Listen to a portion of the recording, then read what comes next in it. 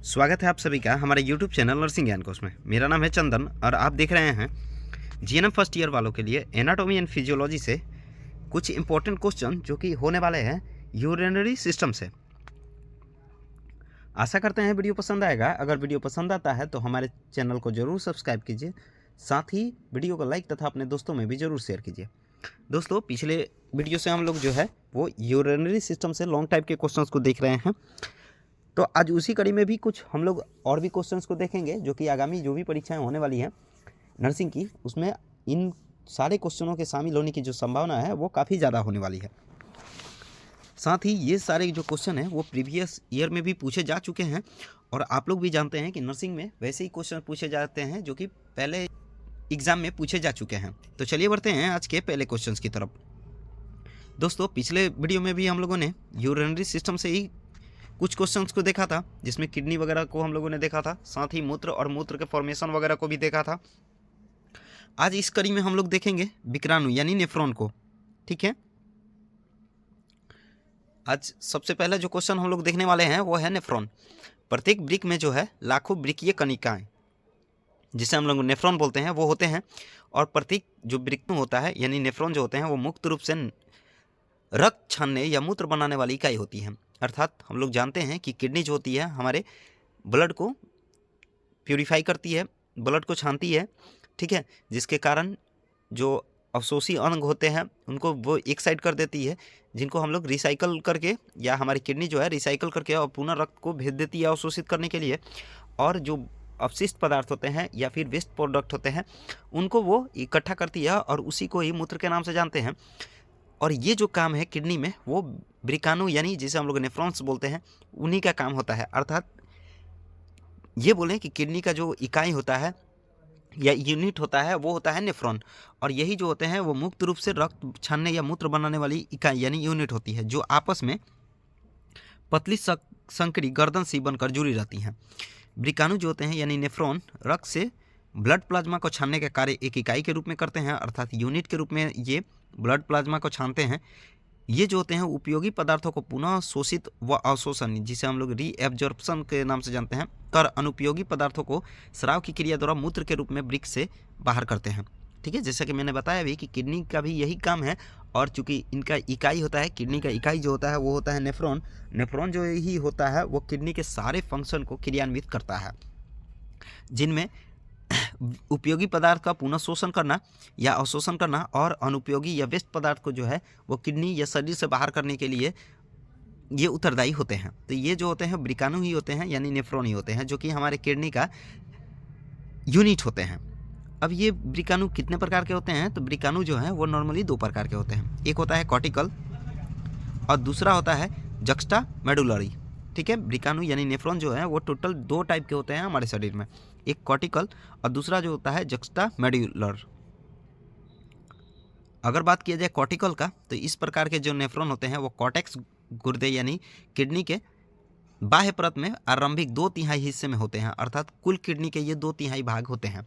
इन वृक्काणुओं की नलिकाएं केवल मेडुला की पिरामिड के आधार तक ही सीमित होती हैं।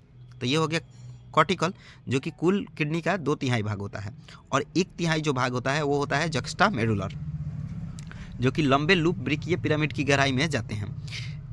कॉर्टिकल जो होते हैं वो मेडुला के पिरामिड के आधार तक रहते हैं, लेकिन जक्स्टा जो होते हैं वो गहराई तक जाते हैं। ये कॉर्टिकल नेफ्रॉन से लंबाई में कम होते हैं। ठीक है, कॉर्टिकल जो होते हैं काफ़ी लंबे होते हैं, लेकिन जक्स्टा मेडुलर जो होते हैं वो लंबाई में कॉर्टिकल से कम लंबे होते हैं। वृक्कों का जो कार्य है कॉर्टिकल नेफ्रॉन्स में ही होता है, परंतु जक्स्टा मेडुलर जो नेफ्रॉन्स होते हैं वो दबाव की अवस्था में भी सक्रिय होता है। ठीक है, यानी जब दबाव पड़ता है तब जाके जक्स्टा मेडुलर ये अपना कार्य या सक्रिय होता है, और कॉर्टिकल जो है वो निरंतर जो है अपना कार्य करते रहता है। जो भी फंक्शन है किडनी का वो सारे फंक्शन जो है वो कॉर्टिकल द्वारा ही होता है। लेकिन जैसे ही किडनी पे दबाव बनता है या शरीर पे दबाव बनता है तब ये जक्स्टा मेडुलर जो है वो कॉर्टिकल की अनुपस्थिति या उपस्थिति दोनों रूप में ये अपने फंक्शन को सक्रिय करता है। प्रत्येक नेफ्रॉन जो होते हैं दो भागों में बढ़ते हैं। ठीक है, प्रत्येक नेफ्रॉन का बात किया जाए, जैसे दो टाइप के होते हैं नेफ्रॉन, एक होता है कॉर्टिकल और दूसरा होता है जक्स्टा मेडुलर। ठीक है, प्रत्येक जो नेफ्रॉन होते हैं वो दो टाइप के होते हैं, एक होता है कॉर्टिकुलर और दूसरा जक्स्टा मेडुलर। और प्रत्येक जो नेफ्रॉन होते हैं, ठीक है, वो उनके दो भाग होते हैं, एक होता है केसिका गुच्छीय जिसे हम लोग ग्लोमेरुलर या फिर बोमेंस कैप्सूल के नाम से जानते हैं, जो कि शुरू का विस्फारित यानी विकसित भाग होता है जो ग्लोमेरुलस की भीतर से घेर कर रखता है। ग्लोमेरुलर संपुट और ग्लोमेरुलस दोनों ही मिलकर ब्रिंकाय कणिका जिसे हम लोग रेनल कॉर्पसल के नाम से जानते हैं वो बनाते हैं। रक्त का बनना ब्रिकीय कार्पसल्स के 3 परत द्वारा होता है। पहली परत ग्लोमेरुलस की एंडोथेलियम परत द्वारा होता है, दूसरी परत को हम लोग ग्लोमेरुलस की आधारीय झिल्ली बोलते हैं, और तीसरा जो होता है वो होता है अंतरोगी परत यानी इंटरनल विसेक्रल। ठीक है, तो ये हो गया हमारा पहला ग्लोमेरुलर या फिर बेमन कैप्सूल के नाम से जानते हैं, जो प्रत्येक नेफ्रॉन्स के भाग होते हैं पहला। और दूसरा जो भाग होता है वो होता है ब्रिकीय नलिका जिसे हम लोग रीनल ट्यूबल के नाम से जानते हैं। बोमन की संपुटिका या ग्लोमेरुलस से बाहर निकलने वाली नलिका जो होती हैं वही ब्रिकीय नलिका होती है, जो कि 4 नामों से जानी जाती है। पहला निकटतम कुंडलित नलिका जिसे हम लोग प्रोक्सिमल कन्वर्टेड ट्यूबुलस के नाम से जानते हैं। ये जो होती हैं वो ग्लोमेरुलस के कैप्सुलर अवकाश में एकत्रित छन्ना हुआ जल, लवण आदि ब्रिकीय नलिका के निकट इसी जो नलिका होती है उसमें इकट्ठा होती हैं। इस नलिका की जो आंतरिक गृहित में केशिकाएं होती हैं यानी कैपिलरी जिसे बोलते हैं, एवं सूक्ष्म अंकुरन यानी माइक्रोबिलाई जो होते हैं वो होते हैं। जब छना हुआ तरल रीनल नलिका से गुजरता है तो इस तरल का जल, ग्लूकोज, एमिनो एसिड, इलेक्ट्रोलाइट्स एवं पॉलीपेप्टाइड्स का पुनः जो है यही कुंडली जो है अवशोषण करती है। और दूसरा जो होता है नाम वो होता है हेलने का लूप। ठीक है, यानी लूप ऑफ हेलने। निकटतम कुंडलित नलिका के निरंतरता में आरोही यानी असेंडिंग तथा डिसेंडिंग नलिका का भाग अंग्रेजी के अक्षर यू के आकार का भाग ये होता है, जो पुनः चौड़ी होकर ब्रिक की मेडुला से होते हुए ब्रिक के कॉर्टेक्स में पहुंचती है। तो ये हो गया हेनले का लूप। और तीसरा जो होता है वो होता है दूरस्थ कुंडलित नलिका यानी डिस्टल कन्वर्टेड ट्यूबल्स। ग्लोमेरुल कैप्सूल से दूर ब्रिकीय नलिका का ऐठा हुआ भाग ये होता है। ठीक है, इसे हम लोग ब्रिकीय नलिका के भी नाम से जानते हैं। यह घनाकार कोशिकाओं से निर्मित होता है। इसकी भीतरी सतह जो होती हैं वह सूक्ष्म अंकुर बहुत ही कम होते हैं। तो ये हो गया 3। और चौथा जो भाग होता है वो होता है कलेक्टिव ट्यूबल्स यानी संग्राही नलिका। ये जो होती हैं वो चौड़ा और अंतिम भाग होता है जिसमें ग्लोमेरुलर छानन आकर जमा होता है। यह नलिका 2 प्रकार की उपकला कोशिकाओं से बनी होती है। पहला जो उपकला कोशिका होती है वो होती है सूक्ष्म अंकुर एवं शैलीय युक्त हल्की कोशिका, और दूसरा जो होता है वो होता है अनियमित प्लेप्स युक्त गहरी कोशिका। ठीक है, तो ये हो गया टोटल 4। अगर बात किया जाए संग्राही नलिका का तो ये एक दूसरे से जुड़कर बड़ी नलिका बनाती हैं जिनको हम लोग डक्ट ऑफ बेलेनी के नाम से जानते हैं। अर्थात जो संग्राही नलिका होती हैं 4थे नंबर की, वही सभी जो है आपस में जुड़कर और बड़ी बड़ी नलिकाएं बनाती हैं जिनको हम लोग डक्ट ऑफ बेलेनी के नाम से जानते हैं, जो लघु अलवाल तक पहुंचती है, जहां से अंतिम निस्पंदन जिसे मूत्र के नाम से जानते हैं वो होता है ब्रिकीय श्रोणि में पहुंचता है, जो मूत्र की मूत्र नलिका एवं इसके बाद मूत्राशय यानी ब्लाडर में पहुंचाता है।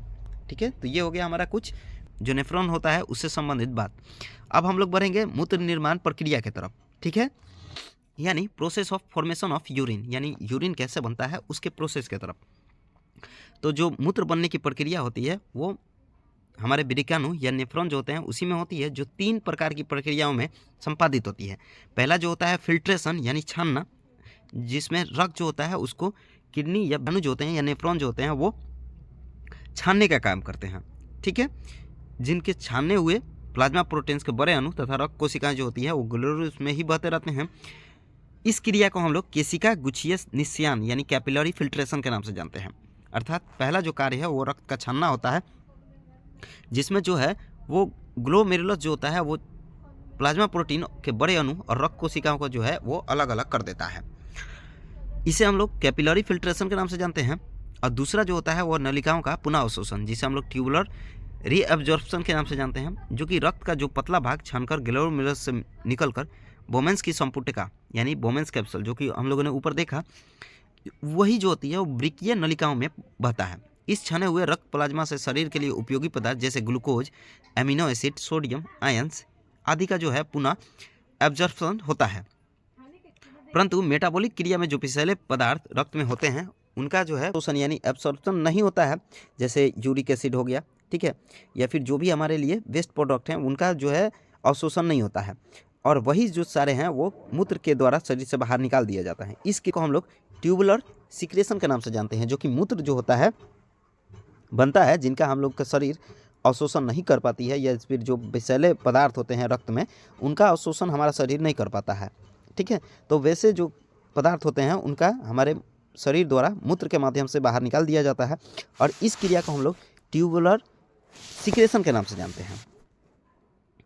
और तीसरा जो है वह है नलिका द्वार स्राव यानी ट्यूबुलर सिक्रेशन। जैसा कि मैंने बताया भी कि जो पदार्थ जिनका हमारे रक्त जो है वो अवशोषित नहीं कर पाता है या अवशोषण नहीं कर पाता है, तो उस कंडीशन में जो है हमारा शरीर उसको मूत्र नलिका के माध्यम से और मूत्र के द्वारा शरीर से बाहर निकालने का कार्य करता है, और इसी को हम लोग ट्यूबुलर सिक्रेशन के नाम से जानते हैं। ठीक है, जिसमें हमारा कार्बनिक पदार्थ हो गया, अकार्बनिक पदार्थ हो गया, ये जो हमारे अनावश्यक पदार्थ होते हैं, ये सब जो हमारे शरीर के लिए अनावश्यक होते हैं या अनुपयोगी होते हैं या वेस्ट प्रोडक्ट होते हैं, उनको हमारा शरीर जो है बाहर निकालने का कार्य करता है। इसी को हम लोग ट्यूबुलर सिक्रेशन के नाम से जानते हैं। बात करें मूत्र की संरचना का या कंपोजिशन ऑफ यूरिन का, तो इसमें पानी जो है 95% होता है, यूरिया जो है 2% होता है, यूरिक एसिड का अगर बात किया जाए तो वो 0.05% होता है, क्रिएटिनिन का अगर बात किया जाए वो 0.07% होता है, अमोनिया अगर बात किया जाए तो 0.04%, सोडियम 0.35%, पोटेशियम 0.15%, फॉस्फेट जो है वो 0.15%, सल्फेट जो है वो 0.18%, कैल्शियम 0.01%, मैग्नीशियम जो है वो 0.006% और क्लोराइड जो है वो 0.6% के आसपास ये टोटल जो पदार्थ हैं वो होते हैं। ठीक है, ये हो गया मूत्र का संरचना, जिसमें पानी 95% पिछले वीडियो में हम लोगों ने देखा था। साथ ही जो होता है वो उसमें ठोस पदार्थ होते हैं, जिसमें कार्बनिक और अकार्बनिक पदार्थ दोनों मिले होते हैं, जिसमें 5% में 2% यूरिया और बाद बाकी 3% में uric acid, creatinine, ammonia, sodium, potassium, phosphate, sulphate, calcium, magnesium, chloride, ये सब जो है वो थोड़े थोड़े मात्रा में या थोड़े थोड़े % में ये विद्यमान होते हैं हमारे मूत्र में। मूत्र का जो रंग है वो साफ पीला होता है, जिसमें कोई पदार्थ नहीं होता है। ठीक है, लेकिन श्लेष्मा की हल्की परत भी इस पर देखी जा सकती है, इसमें गंध भी होती है। इसकी प्रतिक्रिया हल्की अम्लीय होती है, जिसका pH मान 5 से 8 के बीच होता है, जिसको हम लोगों ने पिछले वीडियो में भी देखा था।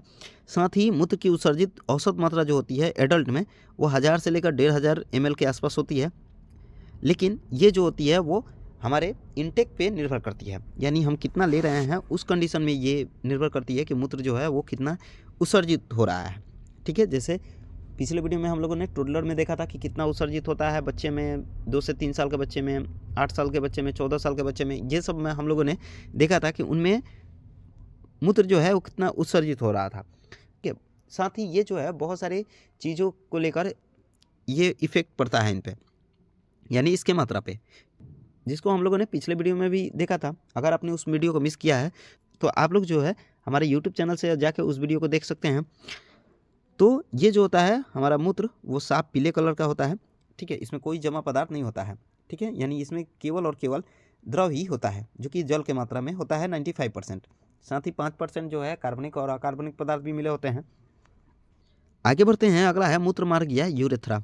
ठीक है, पिछले भाग में हम लोगों ने पहले ही क्वेश्चन में देखा था जो हमारा यूरिनरी सिस्टम होता है उसमें ये एक पार्ट होता है मूत्र मार्ग या यूरेथ्रा। ये जो होता है वो आंतरिक संकोचनी पेशी यानी इंटरनल मस्कुलर स्पिंचर का बना होता है। यह एक नली होती है। स्त्रियों में इस नली की लंबाई जो होती है वो 4 सेंटीमीटर, लेकिन पुरुषों में इसकी लंबाई जो है वो 6 इंच से लेकर 8 इंच यानी 20 सेंटीमीटर तक होती है। महिला मूत्र मार्ग मूत्राशय की तल ट्राइगोन से आरंभ होकर योनि के द्वार के समीप ऊपर के भग्नाशय यानी क्लाइटोरिस जो होता है उससे नीचे को जो लेबिया मेनोरा होता है वहाँ खुलती है। ठीक है, यानी उसके मध्य बाहरी भाग में खुलती है। लेकिन पुरुष का जो मूत्र मार्ग है वो मूत्राशय के ट्राइगोन से ही प्रारंभ होकर और सीसन का जो छोर होता है यानी हमारा एक्सट्रीमिटी ऑफ पेनिस होता है उसके बाह्य छिद्र यानी ऑर्फिस के आसपास एक नली के रूप में खुलता है। ठीक है, अगर इसके भाग का बात किया जाए तो इसके 3 भाग होते हैं। पहला प्रोस्टेटिक पोर्शन, ठीक है, यानी प्रोस्ट भाग जिसे हम लोग बोलते हैं, जो कि प्रोस्टेट ग्रंथि के बीच से निकलकर और जो सखलन वाहिका होती है जिसे हम लोग इजैकुलेटरी बोलते हैं वहाँ पे मिलता है। पुरुष यूरेथ्रा प्रजनन में उत्सर्जन दोनों ही कार्य करता है, अर्थात पुरुष का जो यूरेथ्रा होता है वो जनन और उत्सर्जन दोनों ही का ही कार्य करता है। मूत्राशय एवं यूरेथ्रा के छिद्र के स्थान पर आंतरिक संकोचनी पेशी रहती है जो ऑटोनॉमिक तंत्रिका तंत्र के नियंत्रण में कार्य करती है, यानी ANS जो होता है उसी के नियंत्रण में ये जो पुरस्थ भाग होता है वो कार्य करता है। और दूसरा जो भाग होता है वो होता है झिल्लीमय भाग, जिसे हम लोग मेम्ब्रेनस पोर्शन के नाम से जानते हैं, जो कि यूरेथ्रा का 2 सेंटीमीटर लंबा और संकरा भाग होता है। मूत्राशय का ऐच्छिक बाह्य छिद्र इसी भाग में स्थित होता है, जो संयम के लिए आवश्यक होता है। यह भाग झिल्लीनुमा होता है और प्रोस्टेट के शिखर यानी एपेक्स तक मूत्राशय के निकास मार्ग के बल्ब के मध्य जो है फैला होता है। और तीसरा जो होता है वो होता है सीसनीय या स्पंजी भाग, ठीक है, जिसे हम लोग पेनाइल और स्पंजी पोर्शन के नाम से जानते हैं, जो कि सबसे लंबा भाग होता है, जो सीसन की पूरी लंबाई में बाहर की ओर मूत्रीय मार्गीय छिद्र द्वारा खुलता है। इसका स्पंजी भाग ऊपर से ग्रंथियों की वाहिकाएं द्वारा प्रोस्टेट ग्रंथि के साथ मिलता है और वीर्य स्खलन में ग्रंथियों के तरल पदार्थ को स्रावित करता है। यूरेथ्रा की बाह्य संकोचनी पेशी ऐच्छिक पेशियों के द्वारा ही नियंत्रित होती है। तो ये हो गया यूरेथ्रा का टोटल 3 भाग। अब आगे बढ़ते हैं, अगला है कुछ शॉर्ट नोट्स हैं जिसको अब हम लोग देखने वाले हैं। तो इसमें पहला जो है वो है यूरिनेशन, जो कि एक क्रिया है जो आम बोलचाल की भाषा में अगर बात करें तो शरीर से मूत्र का बाहर निकलना ही मूत्रसर्जन कहलाता है, या फिर मूत्राशय का खाली होना ही यूरिनेशन कहलाता है। अर्थात मूत्र त्यागना ही हम मूत्रसर्जन के नाम से जानते हैं। जब मूत्राशय मूत्र से भर जाता है तो स्वतः ही एक तंत्रिकीय प्रक्रिया होती है जिसमें मूत्राशय की पेशियों को स्वतः ही उत्तेजना प्राप्त होती है और मूत्र जो है बाहर की ओर आता है। वृक्कीय श्रोणि में थोड़ी थोड़ी मात्रा में मूत्र जो है मूत्राशय में मूत्रवाहिका द्वारा निरंतर पहुंचते रहता है, जो मूत्रवाहिकाओं की क्रमांकुचन तरंगों द्वारा संपन्न होते रहता है। ठीक है, तो ये हो गया हमारा मूत्रसर्जन, ठीक है, या फिर मूत्र का त्यागना। और दूसरा जो नोट्स लिखना है वो है ब्रिक वल्क, जिसे हम लोग कॉर्टेक्स बोलते हैं, जो कि किडनी का सबसे बाहरी भाग होता है, जिसका रंग जो है बैगनी कलर का होता है। इस भाग में वृक्कीय कणिकाएं मुड़ी हुई नलिकाओं एवं बारीक बारीक रक्त कोशिकाओं के गुच्छे के रूप में रहती हैं। ये कणिकाएं सूक्ष्म कॉर्टिकल ऊतकों में निर्मित रचनाएं नेफ्रॉन्स होते हैं। ये रचनाएं जिनमें संग्राही नलिका यानी कलेक्टिव ट्यूबल, जो कि हम लोगों ने ऊपर देखा, एक पिंड के रूप में पिरामिड के बीच में ये धंसी होती हैं। इन रचनाओं से पिरामिडों को मजबूती एवं आपस में अंतर यानी दूरी भी प्राप्त होती है। ये संग्राही नलिकाएं युक्त रचनाएं पिरामिडों के बीच से होकर गहराई में मेडुला में जाकर खुलती है। प्रत्येक पिरामिड से छनकर निकला हुआ मूत्र संग्राही नलिकाओं से निकलकर पिरामिड के डोट छॉट कॉलिक्स में पहुंचता है, जहां पर ब्रिक की अंतस्था प्रारंभ होती है। तो ये हो गया हमारा ब्रिक वल्क यानी कॉर्टेक्स।